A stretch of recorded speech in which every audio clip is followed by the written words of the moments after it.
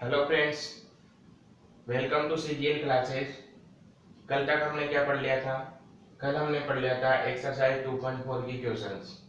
दो क्वेश्चन हमने कल कर लिए थे। आज इसका लास्ट क्वेश्चन है, क्वेश्चन नंबर 3। क्वेश्चन नंबर 3 क्या बोलता है अपन से?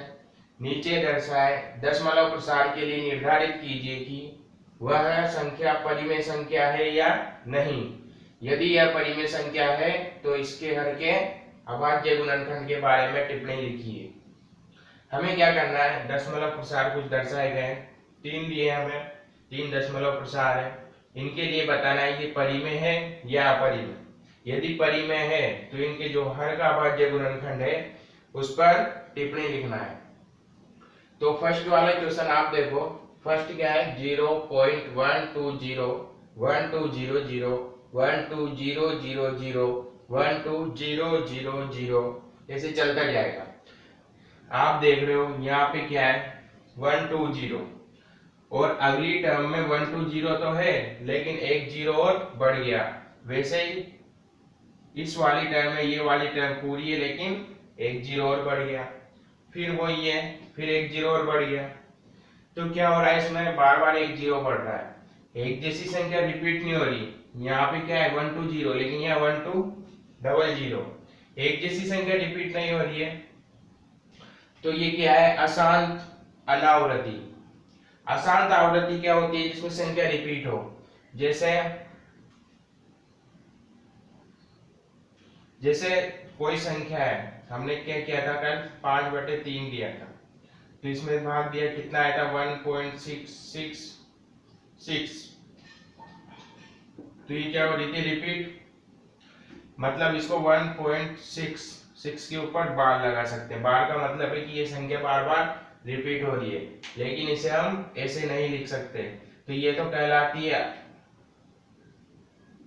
होगी तो अशांत दशमलव संख्या, लेकिन ये होगी अशांत आवर्ती की और ये होगी अशांत अनावर्ती। ठीक, तो ये कौन सी? अशांत अनावर्ती। हम सबको पता है कि शांत दशमलव संख्या और अशांत आवर्ती दशमलव संख्या ये दोनों कौन सी होती है? परिमेय। जबकि अशांत अनावर्ती संख्या अपरिमेय होती है। तो हम सीधा लिख देंगे, चूंकि यह अशांत अनावर्ती संख्या है अतः यह अपरिमेय संख्या है। अतः यह अपरिमेय संख्या है। ठीक, क्या लिखेंगे हम फर्स्ट वाला में? क्योंकि यह अशांत अनावर्ती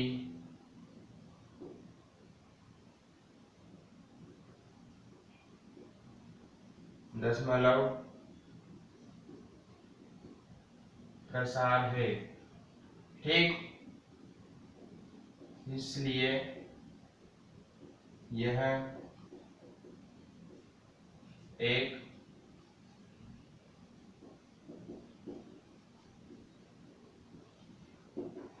अपरिमेय संख्या है। ठीक, सेकंड क्वेश्चन देखो। सेकंड क्वेश्चन क्या है? 43.123456789 यहाँ तक है। यहाँ के बाद संख्या समाप्त हो चुकी है। निश्चित संख्या दे रखी है दशमलव के बाद। हमने क्या बोला था? यदि दशमलव के बाद निश्चित संख्या है जिसे गिना जा सके तो क्या होती है? शांत दशमलव संख्या। और हम सबको पता है शांत दशमलव संख्या क्या होती है? परिमेय। क्या होती है? परिमेय संख्या। तो हम इसे कैसे करेंगे? जो ये संख्या है,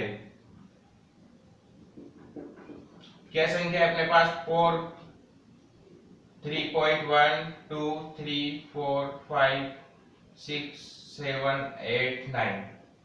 ठीक, तो दशमलव के बाद कितनी संख्या है अपने पास? 9। 9 संख्या है तो उतने ही जीरो लगा देंगे नीचे। 4312345678 जीरो 1 2 3 4 5 6 7 8 9 हो गया। ठीक, अभी क्या हो जाएगा? 431234 4 5 6 7 8 9। ये क्यों कर रहे हैं हम?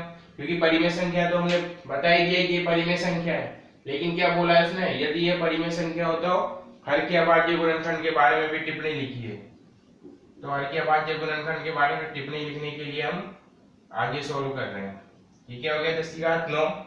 अब 10 की घात 9 को क्या लिख देंगे 7 8 9। 10 की घात 9 को क्या लिख देंगे हम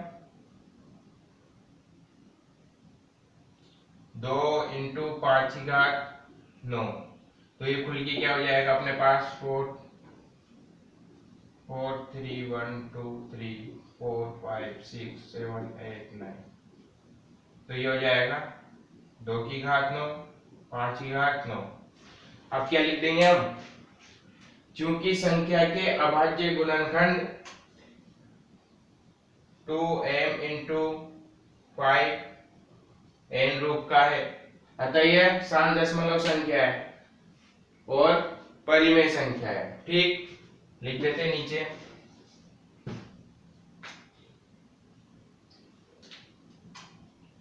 क्योंकि संख्या के हर का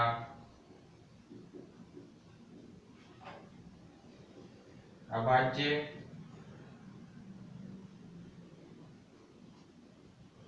गुणनखंड जो रूप है 2 की घात m इंटू 5 की घात n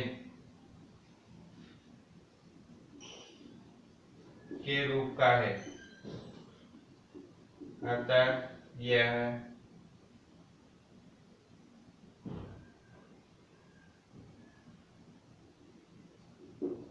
शांत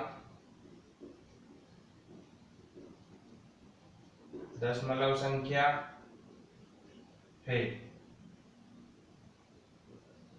अतः यह एक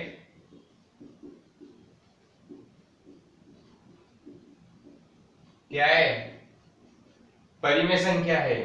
ठीक, अब आप इसका स्क्रीनशॉट ले लो, लास्ट वाला करेंगे इसके बाद थर्ड वाला।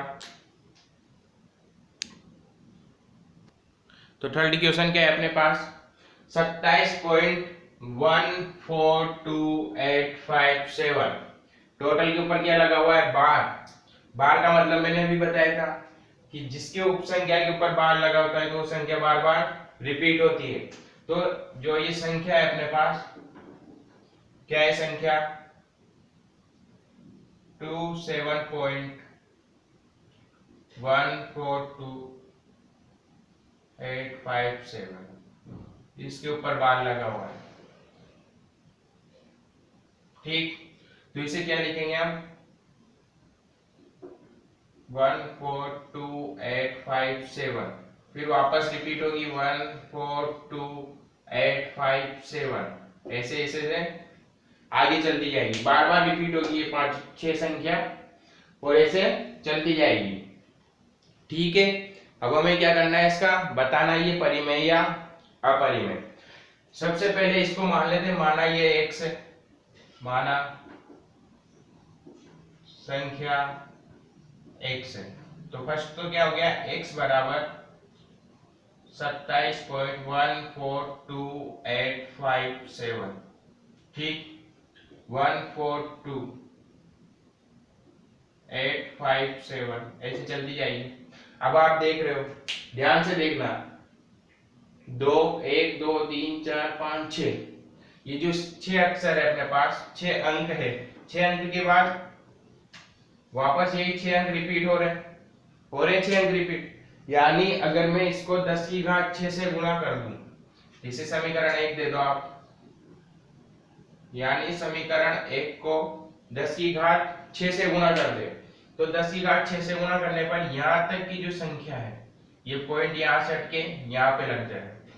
यहां पे लगने के बाद आप देख रहे हो दशमलव के बाद जो संख्या है, जो नई समीकरण आएगी क्या आएगी अपने पास, समीकरण 10 की घात 6 इंटू एक्स, और जो इधर संख्या आएगी 27.14287 पॉइंट, फिर वापस यही आएगी। ठीक, फिर ऐसे ही चलता जाएगा। अब आप देख रहे हो कि पॉइंट दशमलव के बाद जो संख्या यहाँ पे, दशमलव के बाद ये संख्या यहाँ पे, तो अगर हम इसे घटा देंगे तो दशमलव उसका खत्म हो जाएगा बिल्कुल, क्योंकि ये 0 आ जाएगा कट के। तो हम ऐसा ही करेंगे, क्या करेंगे, समीकरण 1 को 10⁻6 से गुणा करेंगे, समीकरण 6 को 6 नहीं सॉरी 1 को 10⁻6 से गुणा करने पर करो, ये तो गया 10⁻6 इंटू एक्स। ठीक, 10⁻6 से करेंगे तो 6 अंक बाहर आ जाएंगे, 1 2 3 4 5 6, तो क्या हो जाएगा 2 7, और जो दशमलव है 6 अंक बाहर लग जाएगा, ये लग गया, और ये फिर ऐसे रिपीट होता चला जाएगा। ये आ जाएगी अपने पास इक्वेशन नंबर 2। ये क्या थी, इक्वेशन नंबर 1। ठीक, अब क्या करेंगे, समीकरण 2 में से समीकरण 1 को घटा देंगे। क्या करेंगे, समीकरण 2 माइनस 1 करने पर करो, समीकरण 2 क्या है, 10⁻6, तो 10⁻6 को आप पूरा लिख दो, 1 2 3 4 5 6 हो गया, ये क्या है x, और समीकरण 1 में क्या था x। ठीक, ये इक्वल समीकरण 2 2 7 1 4 2 8 5 7 डॉट 1 4 2 8 5 7 डॉट डॉट डॉट। ठीक, और समीकरण 1 में था 27.142857, ये भी रिपीट होता जाएगा ऐसे। अब जब हम किसी भी समीकरण को घटाते हैं तो चिन्ह क्या होता है, चेंज। आपको पता ही है धनात्मक है तो ये तो हो जाएगी ऋणात्मक, ये धनात्मक है ये भी हो जाएगी ऋणात्मक। ठीक, अब घटा देंगे, क्या करेंगे, घटा देंगे, तो 10⁻6 में x जो है उसमें से एक x कम कर दोगे तो कितना बचेगा अपने पास, 9 बचेगा, फिर 9 फिर 9 फिर 9 फिर 9 फिर 9, कितने आ जाएंगे, 9,99,999। ठीक, ऐसा लग रहा है आरोही क्रम में लिख दिया, 9 9 9 9 9 हो गए 6 x। अब यह घटाओ, आप देख रहे हो 7 से 7 कैंसिल, 5 से 5 0, 8 में से 8 गए 0, 2 में से 2 गए 0, 4 में से 4 गए 0, 1 में से 1 गए 0, ये तो टोटल ही 0 है पॉइंट के बाद, तो एक 0 लगा देंगे, फिर पॉइंट आ रहा है। 7 में से 7 गया तो 0, 5 में से 2 गए तो 3, बाकी संख्या 8 2 4 1 7 और 2। ठीक, बाकी पूरी संख्या क्या है, सेम। फिक्स संख्या आ गई अपने पास, अब यहाँ क्या लिख जाएंगे x, और ये हो जाएगा 271428330, और बटे में क्या आ जाएगा, ये जो मल्टीप्लाई में थी यहाँ पे। ठीक, अभी किस फॉर्म में आ गई, p बटे q फॉर्म में। अगर यहाँ आप हर का भाज्य गुणनखंड करोगे, क्या करोगे, हर का भाज्य गुणनखंड, तो आप देख रहे हो इसमें 2 का भाग तो जाएगा नहीं, पहले नहीं जाएगा 2 का भाग, तो क्या लिख देंगे यहाँ, क्योंकि हर के अभाज्य गुणनखंड ठीक में 2 व 5 के अतिरिक्त, ठीक 2 5 भी हो सकता है और इसके अतिरिक्त तो होगा ही, क्योंकि 2 का भाग तो जा ही नहीं रहा और 5 का भी नहीं जा रहा, तो किसी ऐसी संख्या का भाग देना पड़ेगा। आप देख रहे हो इसमें 3 का जा रहा है तो अतिरिक्त संख्या 3 भी हो सकती है, तो गुणनखंड में 2 और 5 के अतिरिक्त भी संख्या का अभाज्य गुणन में 2 5 के अतिरिक्त भी संख्या है। ठीक, अतः यह 2 की पावर m और 5 की पावर n का रूप नहीं है। ठीक, अतः यह अशांत। अब अशांत में कौन सी बताई थी मैंने? दो। एक तो क्या बताई थी? अशांत आवृत्ति, और एक अशांत अनावृत्ति। तो इसमें क्या हो रही है? बार बार आवृत्ति। आवृत्ति मतलब रिपीट हो रही है, तो ये कौन सी होगी? अशांत आवृत्ति। दशमलव प्रसार है। अब जो अशांत आवृत्ति की होती है वो क्या होती है? परिमेय। अतः यह परिमेय संख्या है। हो गया। आप इसका भी स्क्रीनशॉट ले लो।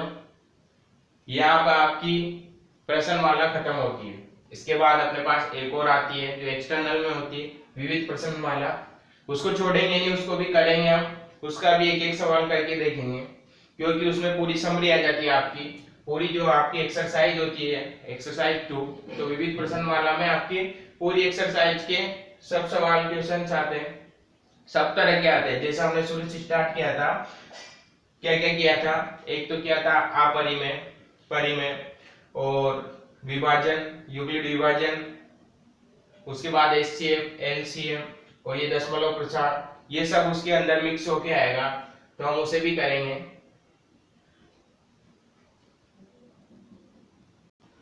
तो अब हमारे पास क्या है? विविध प्रश्नमाला 2। क्या है? विविध प्रश्नमाला 2, मतलब इसमें हमारे जो प्रश्नमाला 2 है, एक्सरसाइज सेकंड है, उसके सभी सवाल आएंगे। आप देख रहे हो अभाज्य गुणनखंड का, ये एचसीएफ एलसीएम का, ये एचसीएफ एलसीएम का, ये दशमलव प्रसार, तो सब मिक्स आएंगे। ठीक, तो सब मिक्स आएंगे। हम फर्स्ट से स्टार्ट करते हैं इसे। क्या ये ऑप्शनल क्वेश्चन है? हमारे इसमें 10 क्वेश्चन तो ऑप्शनल है, जिसमें से हमने 5 अभी करेंगे, बाकी कल करेंगे। तो 5 करो। फर्स्ट क्वेश्चन,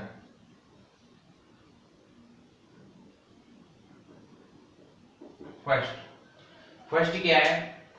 क्या है फर्स्ट? पढ़ो। 196 के अभाज्य गुणनखंडों की घातों का योगफल। तो घातों का योगफल आप समझ रहे हो क्या कह रहा है क्वेश्चन? 196 के अभाज्य गुणनखंड। अभाज्य गुणनखंड कुछ भी है, जैसे 2 × 2 × 5 4 कुछ भी है, उनकी जो घात बनेगी, ठीक, जो घात आएगी, जैसे 2 की घात 2 × 5 की घात 4, ऐसे कुछ आता है। तो जो घात आती है उनके ऊपर, तो घातों का योगफल हमें निकालना है। तो क्या है? सबसे पहले तो क्या निकालेंगे? 196 के अभाज्य गुणनखंड। ठीक, सबसे पहले 2 का जा रहा है, क्योंकि इकाई अंक सम है। 2 1 में नहीं जा रहा, 19 में दोगे तो 9 बार, और यहाँ कितना आ गया? 1 8 बार। फिर दोगे तो 4 बार 9 बार, फिर 7 का 7 बार 1 बार। ठीक, क्या आ गया अपने पास? 2 × 2 × 7 × 7। अब 2 कितनी बार है? 2 बार, और 7 भी कितनी बार है? 2 बार। ठीक, अब क्या बोल रहा है वो? अभाज्य गुणनखंड। अभाज्य गुणनखंड निकल के आ गया अपने पास 2 और 7 की घातों का। ये दोनों घात है। घात क्या क्या है? 2 की घात 2 है, 7 की घात भी 2 है। घातों का योगफल, योगफल मतलब प्लस, तो कितना आ गया? 4। आंसर कितना आ गया? 4। तो फर्स्ट का आंसर क्या है? 4। ठीक, अब बढ़ो सेकंड की तरफ। सेकंड क्वेश्चन क्या है? दो संख्याओं को, दो संख्या है अपने पास, m बराबर p q क्यूब और n बराबर p क्यूब और q स्क्वायर के रूप में लिखा जाए, तब m n का एचसीएफ निकालना है, जबकि p व q अभाज्य संख्या है। अब क्या दे रखा है क्वेश्चन में? p और q पहले से अभाज्य है, तो जब इनके अभाज्य गुणनखंड निकालेंगे तो p में तो p का जाएगा या 1 का जाएगा, क्योंकि p क्या है? अभाज्य संख्या, और q में भी q का जाएगा या 1 का जाएगा, क्योंकि ये भी क्या है? अभाज्य संख्या। तो इनके गुणनखंड क्या बनेंगे? m का गुणनखंड क्या बनेगा? कौन सा क्वेश्चन है अपने पास? सेकंड। m बराबर है p q क्यूब और n बराबर p क्यूब q स्क्वायर। ठीक, आप m का निकालो। m का क्या है? p q cube. अब p का दोगे, क्योंकि p में p का ही जाएगा, क्योंकि p क्या है, अभाज्य संख्या, तो p का दोगे तो एक बार, बचा कितना q, q में q का जाएगा, किसी का नहीं जाएगा, 2q का q स्क्वायर बार, फिर q का q बार, फिर q का एक बार।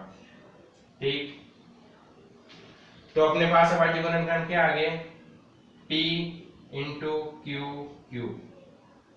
ये आएगी q 3 बार, और सेकंड के अभाज्य गुणनखंड क्या निकलेंगे, p q स्क्वायर, p का दोगे p स्क्वायर q स्क्वायर बचेगा, फिर p का दोगे p q स्क्वायर बचेगा, फिर p का दोगे q स्क्वायर बचेगा, फिर q का दोगे q बचेगा, और फिर लास्ट में q का दोगे तो एक बच जाएगा। इसके अभाज्य गुणनखंड क्या आ जाएंगे, p कितनी बार है, 3 बार, और q 2 बार। दोनों के अभाज्य गुणनखंड निकल गए, क्योंकि अभाज्य संख्या है तो ये जो p q क्यूब है और p q स्क्वायर है, ये इनके अभाज्य गुणनखंड निकलेंगे। ठीक है ना। अब हमसे क्या पूछा है, इनका HCF।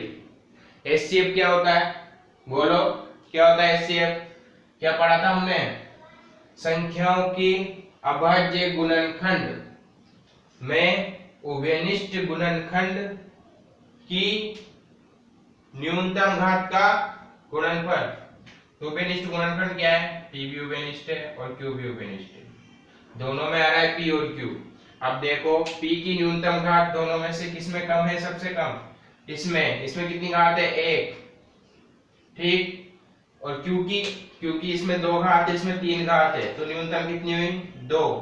तो HCF क्या हो गया, इसका HCF क्या हो गया, p q स्क्वायर। ठीक है, आगे समझ में क्या हो गया, HCF p q square. Second वाला, थर्ड वाला है अपने 95 और 152 का HCF, यही है अपने पास, क्या है,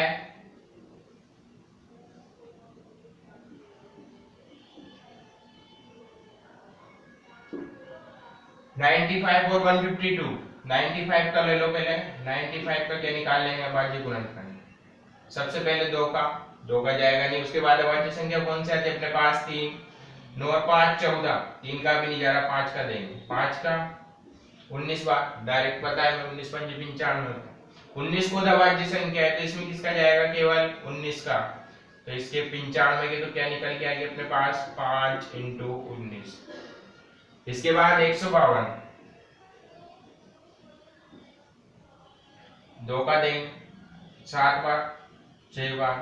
ठीक, उसके बाद फिर 2 का जाएगा 3 बार 8 बार, फिर 2 का 19 बार, 19 फिर अभाज्य संख्या आएगी तो 1 बार। तो 95 का क्या निकल के आएगा अपने पास, सॉरी 152 का 2 इंटू 2 इंटू 2 इंटू 9, क्या निकालना था अपन को, HCF निकालना है। तो HCF के लिए क्या करेंगे, दोनों के, ये क्या बोला था हमने, दोनों संख्याओं के उभयनिष्ठ अभाज्य गुणनखंड की न्यूनतम घात का गुणनफल। तो दोनों संख्या है, ठीक है, उसके जो अभाज्य गुणनखंड है, इसमें उभयनिष्ठ गुणनखंड कौन सा है, इसमें 5 है, लेकिन इसमें 5 नहीं, इसमें 19 है, इसमें 19 है, तो एक तो क्या हो गया अपने पास 19 क्या हो गया, एक उभयनिष्ठ गुणनखंड, इसमें 2 है, उसमें 2 नहीं है, छोड़ दो, 19 से आया। अब दोनों में देखो 19 की न्यूनतम घात कौन सी है, तो इसमें कितनी घात है, 1, इसमें भी 1, तो कितनी है, 1 ही है, तो इससे कितना निकल के आ गया अपने पास 19, कितना निकल के आ गया 19। थर्ड भी हो गया। फोर्थ क्वेश्चन, आप इसका स्क्रीनशॉट ले लो, तो फिर फोर्थ क्वेश्चन करेंगे, ले लो, ठीक है। फोर्थ क्वेश्चन पढ़ो आप, क्या है, दो संख्याओं का गुणनफल 1080 है, कितना है 1080, और उनका HCF दे रखा है अपने पास 30 HCF दे रखा है, तो LCM निकालना है। हमने आपको पता है कितने क्वेश्चन किए थे, जिसमें क्या था, पहली संख्या थी, पहली संख्या इंटू दूसरी संख्या बराबर एलसीएम इंटू एचसीएफ। ठीक, ये सिद्ध करना था अपन को, सत्यापित करना था, इस सूत्र में रखकर चेक करना था कि हमारा आंसर सही है या गलत। तो अब ये सूत्र काम आएगा अपने क्वेश्चन करने के लिए। क्या है ये सूत्र? पहली संख्या इंटू दूसरी संख्या बराबर एलसीएम इंटू एचसीएफ। तो पहली संख्या कौन सी है अपने पास? कौन सी पहली संख्या? है ही नहीं। दूसरी संख्या भी नहीं है।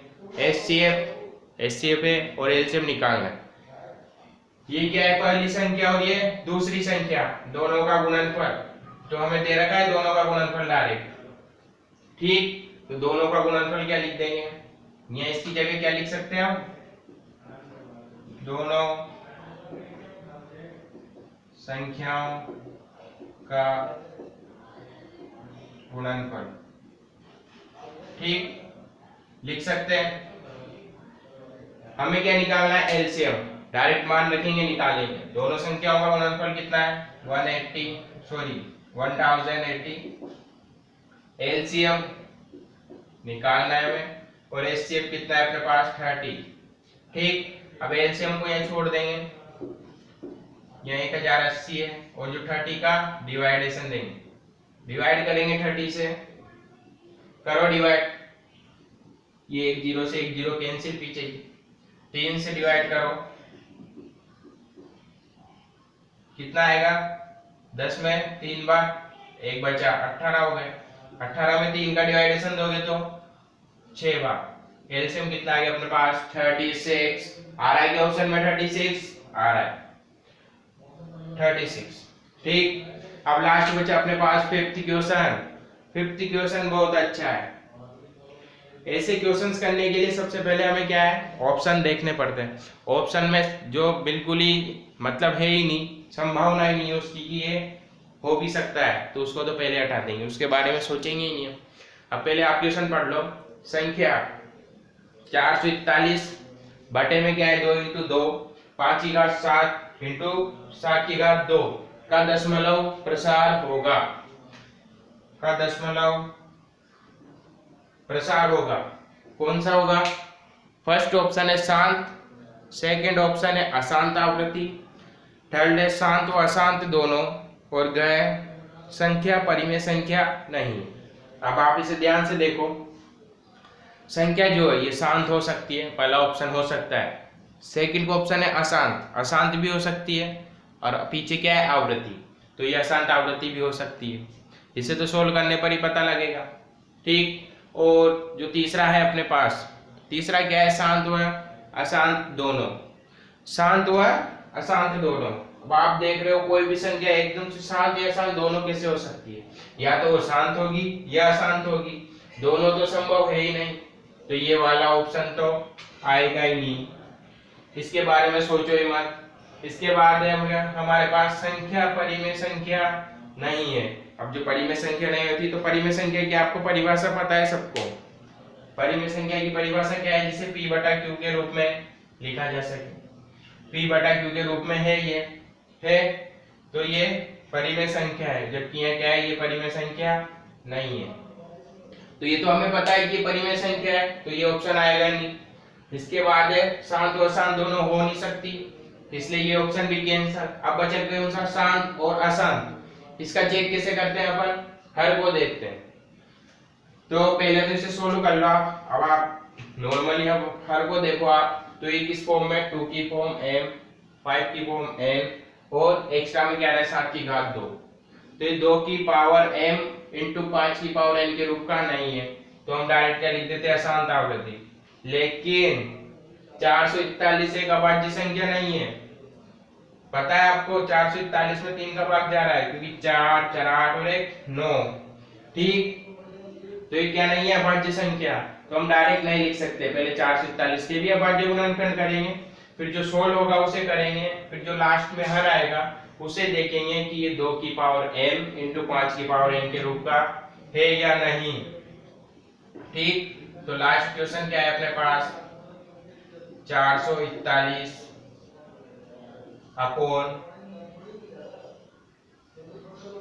अपॉन में 2 की पावर 2, 5 की पावर 7 और 7 की पावर 2। अब 441 का आप क्या कर लोगे, अभाज्य गुणनखंड। ठीक, सबसे पहले 3 का 1 बार, 4 बार, 2 बचे 7 बार, फिर 4 रहे 5 और 7 12, फिर 3 का जा रहा है 4 बार 9 बार, फिर 7 का 7 बार और 7 का 1 बार। ठीक, क्या गुणनखंड निकले अपने पास, 3 की घात 2 और 7 की पावर 2। ऊपर नीचे क्या है, 2 की घात 2, 5 की पावर 7 और 7 की पावर 2।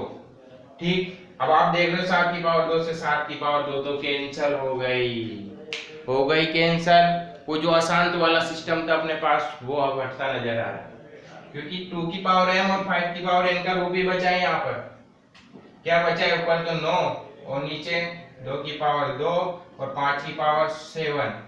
तो क्या लिख देंगे, चूंकि यह 2 की पावर m इंटू 5 की पावर, चूंकि यहाँ हर 2 की पावर m इंटू 5 की पावर n के रूप का है, जहां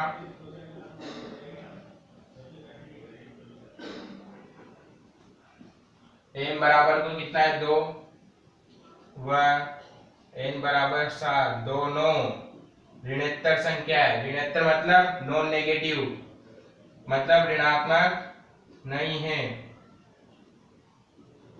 दोनों ऋणात्मक संख्या है। अतः ये क्यों कौन सा होगा, शांत। अतः ये शांत दशमलव संख्या है। ठीक, ये तो समझाने के लिए था, वैसे ये ऑप्शनल है। तो ये कौन सा हो जाएगा, शांत। 5 क्वेश्चन अपने यहाँ हो चुके हैं। ठीक, 5 क्वेश्चन हो गया, बाकी के क्वेश्चन कब करेंगे, कल। आज के लिए इतना बहुत है, आप इनके आगे के क्वेश्चंस भी करना, कल हम इनके आगे के क्वेश्चंस डिस्कशन करेंगे। ठीक है, कल फिर मिलते हैं अगली क्लास में।